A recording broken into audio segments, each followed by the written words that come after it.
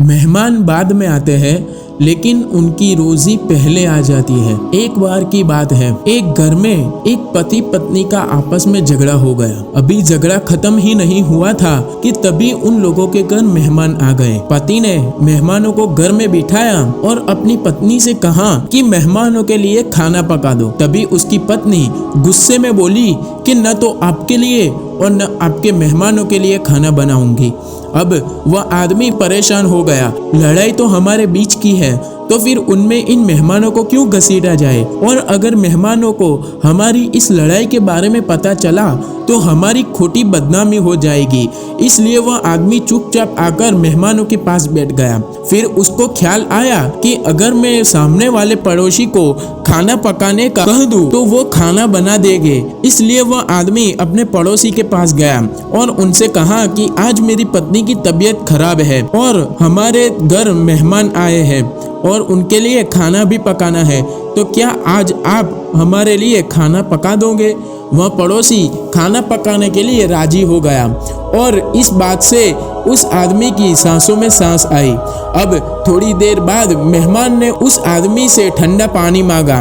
वह आदमी जैसे ही घर के अंदर पानी लेने के लिए गया तभी उसने देखा कि उसकी बीवी बहुत रो रही है।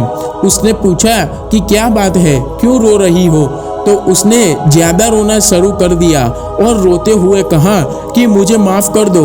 उस पति ने कहा कि मैंने तुम्हें पहले ही माफ कर दिया है, लेकिन तुम क्यों रो रही हो, यह तो बताओ। तब उस औरत ने बताया कि जब मैंने तुम्हें खाना पकाने से इनकार कर दिया, फिर मैंने सोचा कि लड़ाई तो हमारे बीच की है, तो उसमें मेहमान को क्यों घसीटा जाए।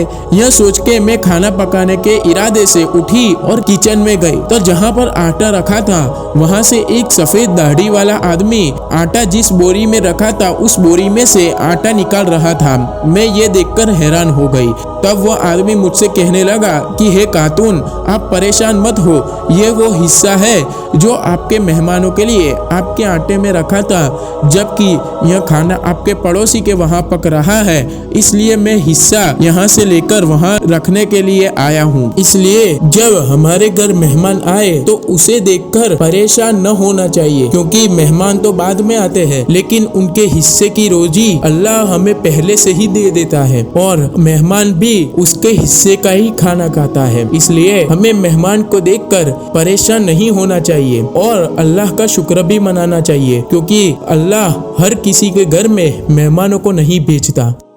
अगर आपको वीडियो अच्छी लगी हो तो वीडियो को लाइक कीजिए, चैनल को सब्सक्राइब कीजिए और इस वीडियो को अपने दोस्तों तक शेयर कीजिए। जज़ाकल्लाह।